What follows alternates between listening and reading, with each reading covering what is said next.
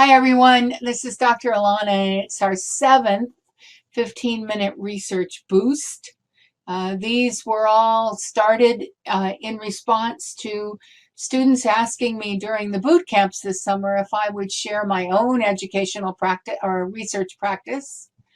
And that was useful to me because I have to get some writing done and some journal articles produced in the next few months. And having a regular session with all of you has kept me on task to moving that project ahead. And these are the kinds of things that take very hard to get them moved ahead.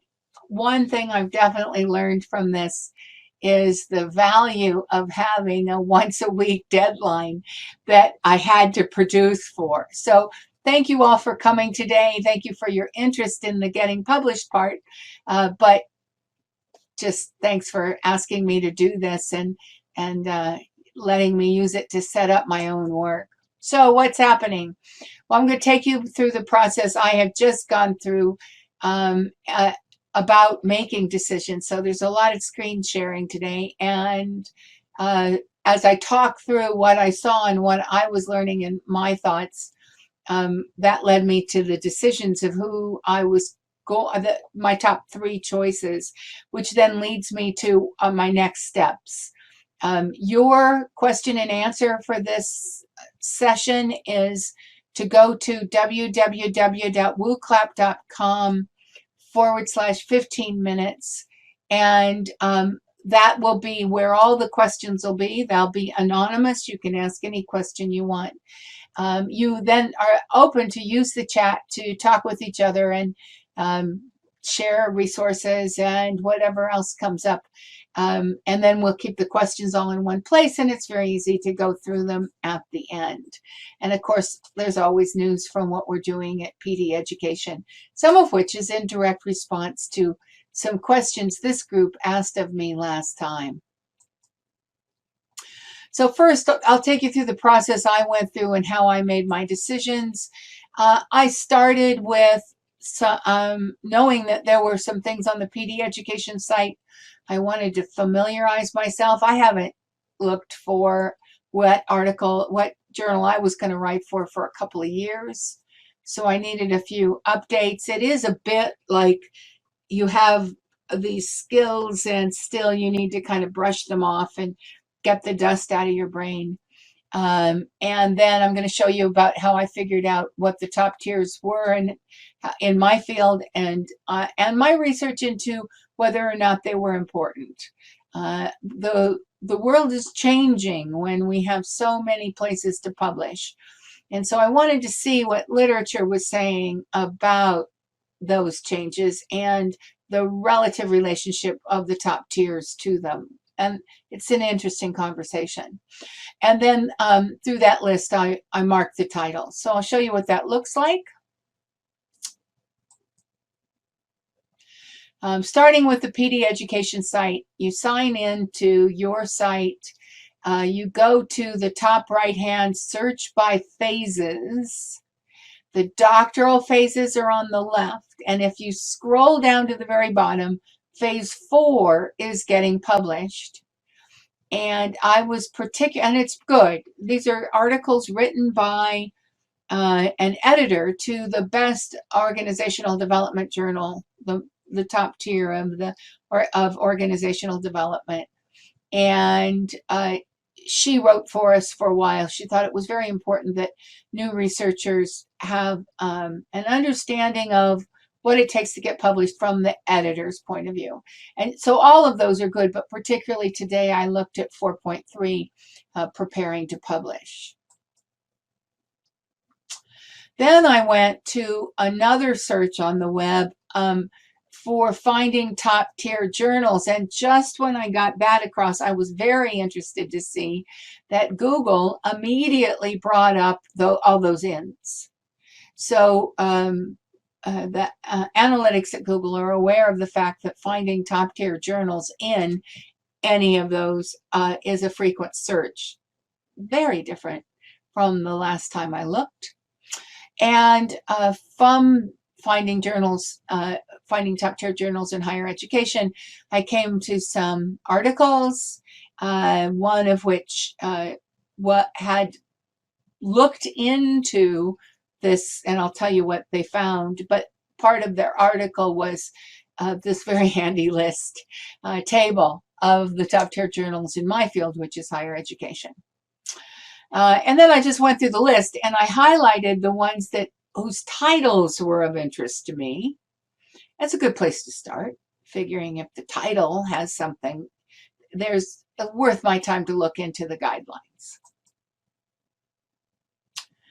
So let's talk for a minute. I want to break because I know you are all in different fields, and it's come up before.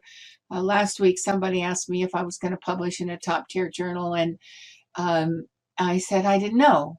And so I wanted to look into what was what people were saying about it, what research was saying about it. And I'll give you an overview now, and then I'll show you the places I got it. Whether or not you have to publish in a top tier journal from a couple of sources hones into an idea that it depends on a couple of things.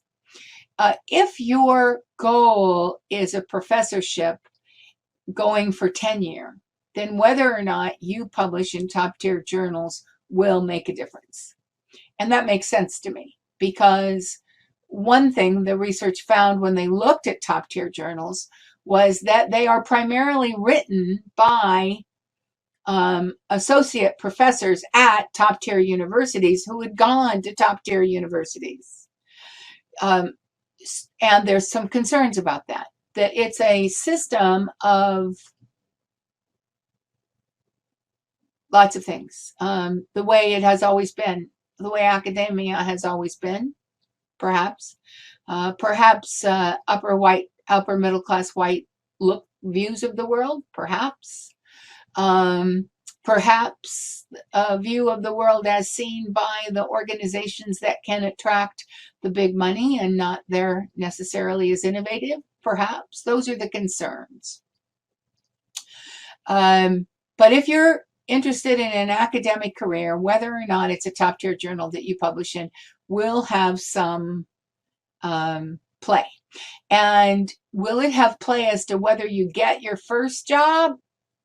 Maybe, although one of the things we find about first jobs is that they are often who you know as much as what you've done.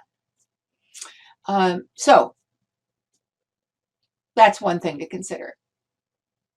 But another thing to consider is, what do you want out of your readership? Because one of the things that was true, and I'll show you the statistics, go back here for a second, sort of worrisome. Oh no, it actually isn't on this slide. When you look at, I'll show you a screenshot of some statistics about how many things are published in these top tier journals and how many things are cited in those top 3 journals in the last 3 years. And there is less than 1 per article in terms of citations. So if you want readership, if you want people to take your ideas and go somewhere with them, whether or not you publish in a top tier journal isn't going to make that much difference. Your marketing of your work, your own personal marketing of your work, is going to be what makes a difference. And let me just tell you, that's true throughout your academic publishing career. It was very disappointing to me when I realized I published 3 books with Sage, and it's very, very disappointing to me that Sage has almost no marketing backup for their publications. They either hit a market that you've kind of established because you kind of know people, or you're willing to put it out there a lot, or whatever they publish doesn't get that much push from them. And that's a book. They have some serious capital in that, whereas journals don't. So you need to think when you're deciding where to publish, you need to consider what that publisher may do for you, and then what you can do for that publisher by getting your stuff out there. And I can almost hear some of you beginning to type questions into the wooclap.com/grad support, because these are very big questions. And we have to think of our written work as something that we are marketing.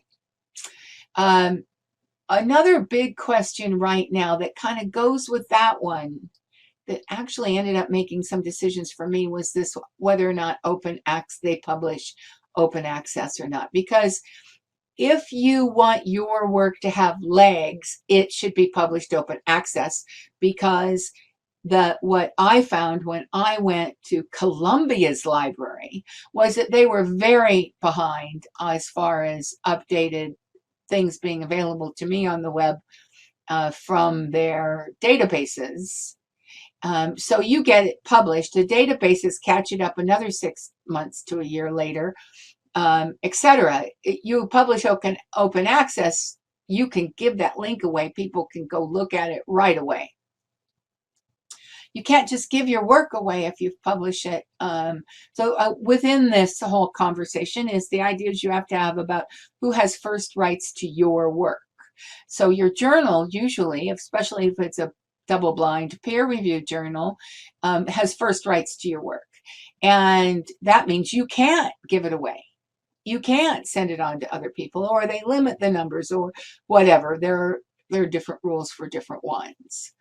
And then I'm giving you here, these slides are in the handouts. Are they in the handouts? Looks like they are in the handouts.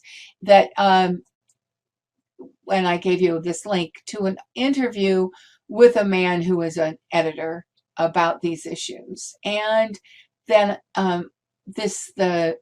one of the statistics that I'm quoting is the status of journals in the field of higher education. They were the people who found out that they're top tier universities and that it's replicating a certain level of academia, which we appreciate. Don't get me wrong. High rigor, top tier work is excellent, but it isn't the only work that goes on in the world, and it is not necessarily the most innovative work that goes on in the world.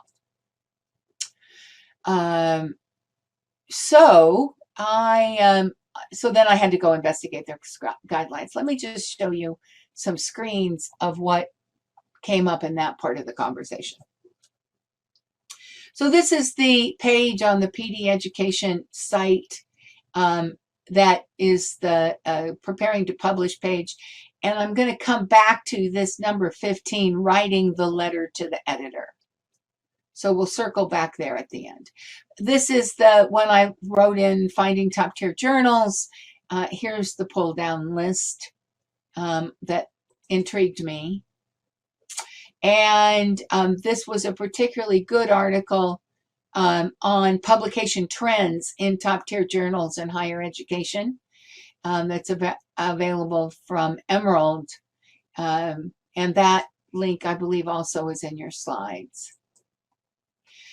So this is an article by an editor kind of thinking about, why do people want to publish in his journal?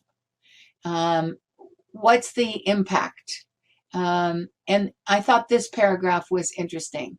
While I am proud to edit a journal that has a high average prestige per article, increasing the journal's ranking is not our highest priority.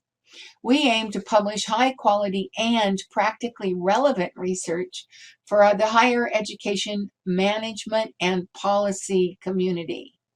The SJR probably correlates with quality and relevance for the research community, but I am doubtful there is a strong correlation with what is read by policy and management practitioners. This is not to say top-ranked journals do not influence policy. Practitioners do read articles in these journals, but it is unlikely that the same articles which are highly cited by researchers and contribute to SJR are those that are sought out by practitioners. So once again, who's your reader? What is the significance of your work is really what I'm driving to. And who does it matter? And then how are you going to place your work in such a way that you and the journal can get it out to those who matter to your significance? So I looked up, so this is, let me give you this link. I think I can stop it there, maybe to PHP. I'll put it here. This is the SJR that man was referring to. If you don't know it, it will give you that magic top tier ranking. And this is the part that I found disturbing. So I don't know if you can see, well, you can't see, you can just see that there, the second row, there are two that are highlighted kind of in the middle.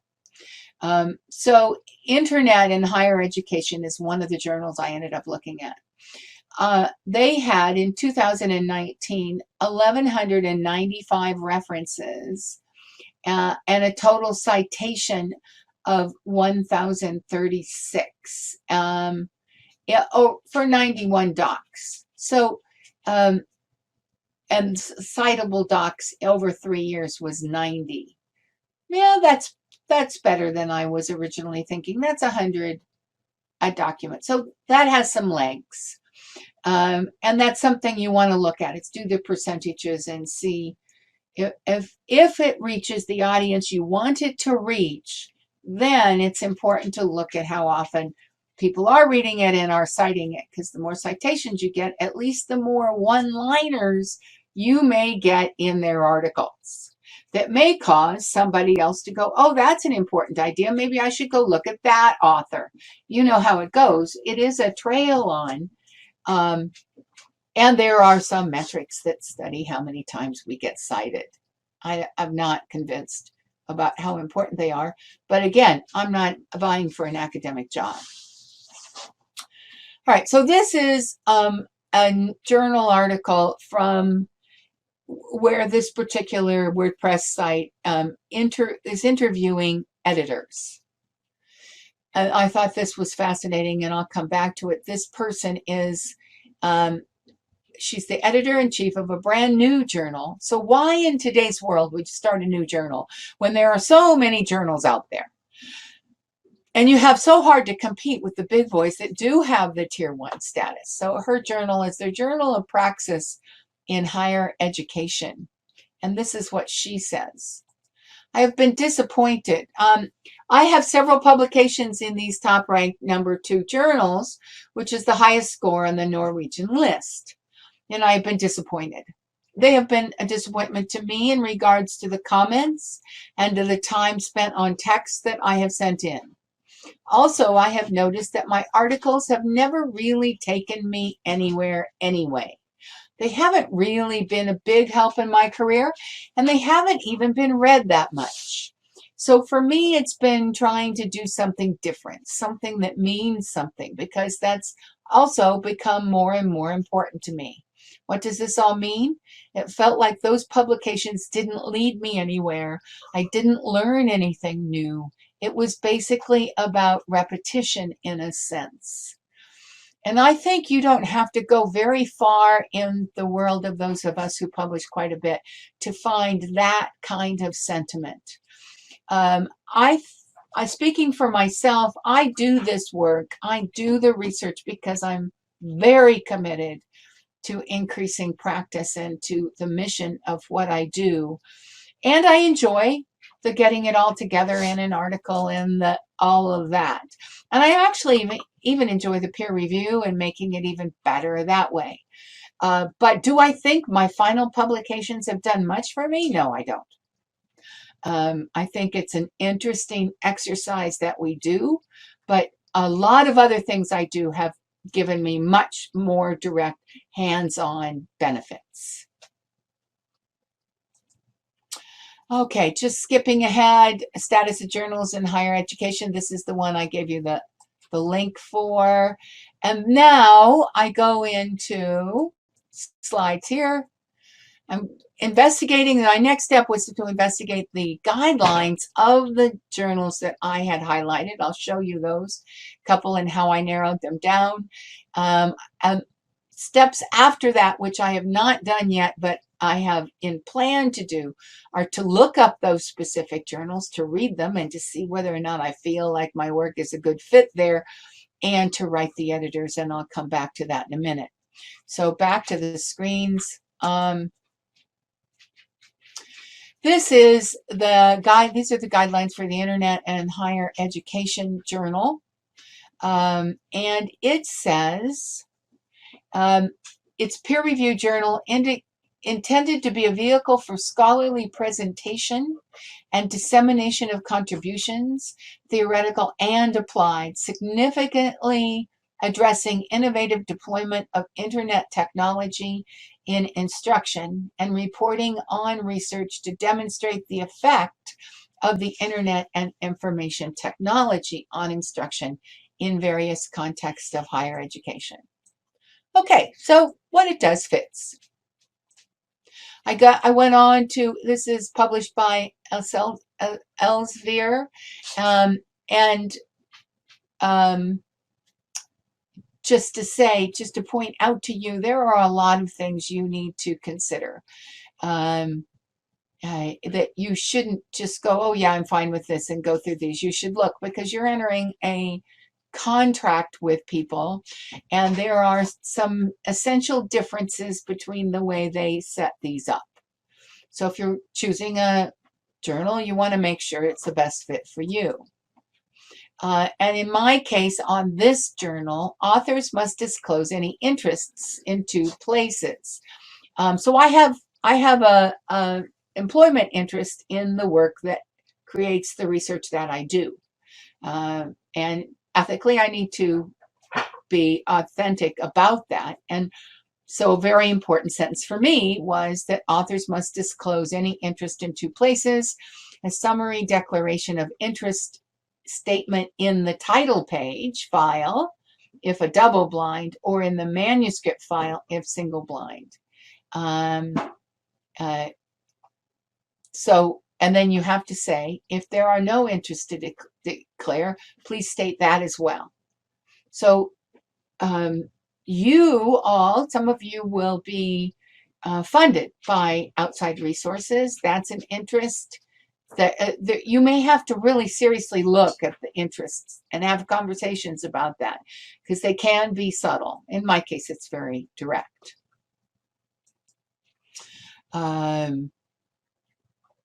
And just to let you know, the way I handle that is I am a qualitative researcher, and so I am very much always looking at disconfirming evidence, but I will put that in this statement that, yes, I do earn a living through the company that this research is developed out of, but ethically I'm looking for disconfirming evidence, which will be talked about in the study itself.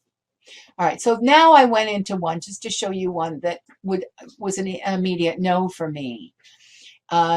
Research in Higher Education publishes studies that examine issues pertaining to post-secondary education. Well, first off, that's really vague. And the journal is open to studying using a wide range of methods, but this was the sentence, but has particular interest in studies that apply advanced quantitative research methods to issues in post-secondary education. Well, not one for me. And then I will go, I made a chart of the rest. Let me just see if there's anything else here that is particular. Oh, so I just want to point out these things I have in my chart. So I'll slide back to my slides. These are the top 3 that ended up. Internet and higher education, significantly addressing innovative deployment of Internet technology and instruction, reporting on research to demonstrate the effects of Internet. That's very keen to me. I'm a practitioner researcher, and so I'm always looking for what the effect is, not just the theoretical contribution. So Journal of Applied Research, innovative change and reflections on current practices, issues around teaching and learning, especially those discussions which seek to inform practice are encouraged. And then innovation in higher education focuses on the effect innovation has on teaching and students. All three of those would be possible, but the right hand two are once you go for double-blind peer review, it takes longer because of so you're going to go for a slow. And then if you want to go to an open educational resource, it would cost $2,750 out of your own pocket to be able to have that publication, which I believe is Springer, publish in a way that could be open educational resource. So that's probably going to cross that one off my list from the very beginning. This one, the second one, is published by Emerald. They also have an article processing charge. They're not as direct about that charge. And I'm kind of interested in that because in today's world, the real reality of the difference between open educational resource publishing and publishing in the journal is a few clicks. It's a small setup that then they can replicate in technology. So the only thing I can think is that they are recouping what they consider to be a loss that they would have from their hold it all together, we own all the cookies kind of approach to OER. And that's an interesting ethical question that we all have to look into as we want to do something positive. In higher education, it's a pretty big issue. So this one, and this is the journal of the woman who just started the journal. And I think that this is the interesting kind of place. It has come to be understood. This is praxis. So if you don't know what praxis is, it's come to be understood praxis in a moral, it is practice. That's generally how praxis is used, but she says it well. It's also come to be understood in a moral, political sense as reflexive action, informed and oriented by moral social justice commitments, especially within educational settings, by those concerned with education for the public good. In an era characterized by internationalization, increasing accountability, strong ties between universities and national and regional economies, widening participation, technological change and imperatives concerning sustainable development, university communities are under great pressure to meet ever-increasing and often competing demands. Attention to university civic responsibilities and education for the public good, i.e. education as praxis, is arguably sometimes lost in the daily struggle to meet such demands. So I came to this at the end of my journey of looking. I would have been satisfied with these three journals from a kind of a business head point of view. They are all top tier journals.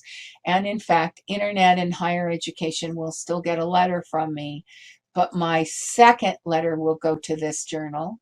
And where I guide my writing will be determined by the letters I do or don't get back. And I'll talk a little bit more about the writing part, but especially since this is an open educational resource and I would be able to send it out to anywhere I needed it to be sent out to. And I have a strong moral social justice commitment to why I do this work. And I don't get to talk about that very often. So this journal encourages me to write that in that from that tone, to make the argument that the work we do has a moral and political edge to it.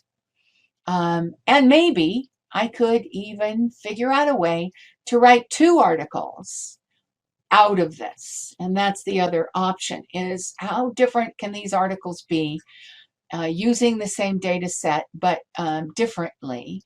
in order to meet both needs. So that's where I'm left right now. Is I have my Excel spreadsheet that we've been working on this whole time. You've seen it before, and yeah. So the article that's in PD Education, and then this will be the end of my conversation for today.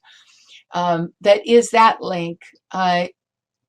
Suggests, so Joanne, who's the editor I mentioned who wrote for us, suggests that if you have not written for a journal before, that you write the editor and you suggest what you're going to do and let them respond, and that you write, and she's told you a few other things about the professionalism of that letter. So I've never done that before. I've only just sent things off, and the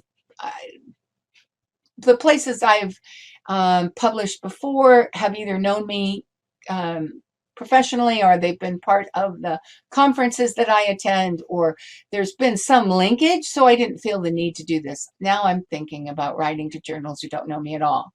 So I'm thinking about writing, "Dear editor, I hope this finds you well, even in these interesting times. I'm writing to you today to get the pulse on whether and to what extent the name of your journal might be interested in a research article I'm currently working on. It's a comparative study done this summer on the 3 designs for early stage researcher remote boot camps, N equals about 900. This is a primarily qualitative study backed up by engagement data, and the findings are directly significant to teaching and learning and future practitioners. I have it written for," and then I may change that directly significant to, depending on which of the 2 journals I'm talking to. So what I've got here, I haven't written for your journal before, but was intrigued to see that your guidelines indicated, and then I'll put the part of their guidelines that drew me to them. Thank you for taking the time to reply. If it might suit your schedule for publication in some way, I expect to have the full draft available by, and of course I understand that publication is dependent upon peer review and the rigor of the study.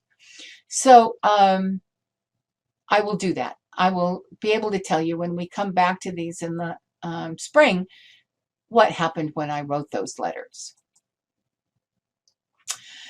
And then I came across one last thing for all of you to consider. At what point is a conference paper better for you than a journal article? They go through quicker. I can write a conference paper for this conference, which is coming up in June, and I can have it written, send it off to them by January 24th. Chances are it will get accepted, and I can present the paper at the conference. They will publish it, open access, and they talk about the work they have done to make sure that their open access work has some legs. Thomas Reuters' conference proceeding index is the legs that they have. So it's good that it'll probably come up on the web. And once again, it's the same thing. You're going to be putting it up in ResearchGate or academia.edu. That's how your paper's going to get legs. So something else to consider that's much quicker. And depending upon how fast your research needs to be published, for whatever reasons, this is another route that academics take. And maybe I'll do something that's a little bit of one or the other. I don't know. I have good data.